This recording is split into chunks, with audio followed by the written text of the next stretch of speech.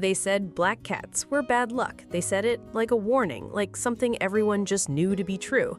Nobody warned us about the nights she would sit perfectly still by the window staring at something none of us could see. We laughed it off at first, just a quirky cat being a quirky cat. We had no idea she was already watching for something the rest of us couldn't sense, and we had no idea how close we were to finding out the hard way. But to understand what she was really protecting us from, you have to go back to the beginning, back to a shelter cage nobody stopped in front of, and a sleek black cat who had already learned not to expect anyone to look twice. Her name is Onyx. She had been sitting in that shelter for almost 5 months by the time we walked in. 5 months of families pausing at every cage except hers. Kids pointing at the orange tabbies, the fluffy white kittens, the ones that tumbled over each other and made everyone smile. Nobody pointed at the black cat in the corner. Even the staff had started to assume she would simply outlast every other cat in that building, quietly aging in a cage nobody bothered to stop in front of. She would sit completely upright, eyes wide, watching every single person who walked past without making a sound. A volunteer told us later that some people actually crossed to the other side of the aisle when they saw her, as if months of bad press for an entire color of fur was somehow her fault. We almost walked past her too, but something about the way she looked at us, not pleading, not desperate, just steady, made us stop. We crouched down. She didn't move. She just watched us with those enormous green eyes like she was deciding something. 3 days later, she was home. The ride home, she pressed herself into the back corner of the carrier and didn't make a single sound. We worried she was terrified. We had no idea she was already memorizing every turn, every stop, every small detail of the world she was about to start watching over. The first week, she barely left the windowsill. She would crouch low to the ground like she was stalking something, then freeze completely still for minutes at a time. We thought it was just her personality, a little dramatic, a little intense. We started calling her our tiny indoor panther. Her coat was so dark and so glossy that under the right light, she looked almost carved out of polished stone. Even visitors would comment on how striking she was, right before asking, half joking, whether she was going to bring us bad luck. She explored every room in slow, careful circles, pausing at doorways, listening before she ever stepped through. At night, she would choose one spot, usually the hallway, sometimes the kitchen, and simply sit there, facing the dark, completely silent. We joked about it constantly. "She's on duty," my husband would say. None of us realized just how right that joke actually was. But 3 weeks after she came home, everything about those quiet nights changed. It started small. Onyx stopped sleeping at the foot of the bed like she usually did. Instead, she would pace back and forth between the bedroom and the kitchen, low to the ground, ears pinned flat. She wouldn't eat her usual late-night snack. She wouldn't settle no matter how many times we picked her up. One night, she planted herself directly outside our bedroom door and meowed. Not her normal meow, a low, insistent sound we had never heard from her before. We told her to hush and go to sleep. She didn't. She started knocking small things off the counter near that same spot, like she was trying to get our attention any way she could. The next night, it happened again, and the night after that, by the 4th night, she wasn't just meowing anymore. She was scratching at the kitchen baseboard, the same spot, over and over, like she was trying to dig through the wall itself. My husband checked the spot. Nothing there, just a wall, an outlet, the usual hum of the refrigerator. We started joking that maybe the old superstition was finally catching up with us.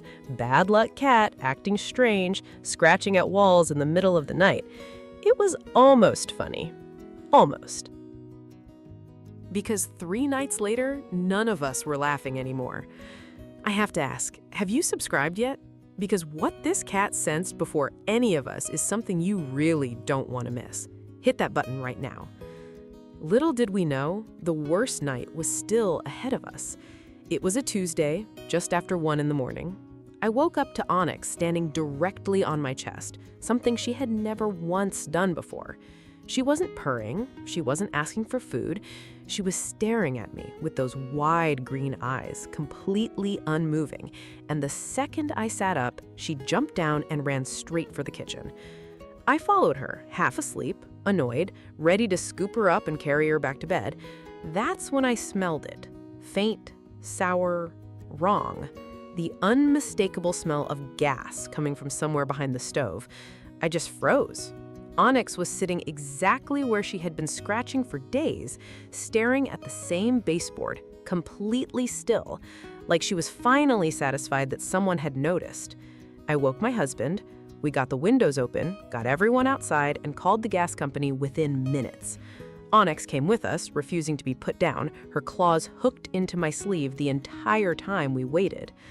The technician who came out that night found a slow leak in the line behind the stove, the kind that builds up quietly overnight without any alarm ever going off.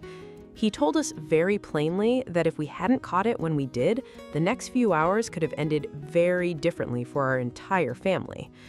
I stood in the driveway at 2 a.m, holding a cat that strangers used to walk past because of an old superstition, and I could not stop shaking. For a moment, none of us said anything at all. We just stood there in the cold, trying to process how close we had actually come. She wasn't bad luck. She had never been bad luck.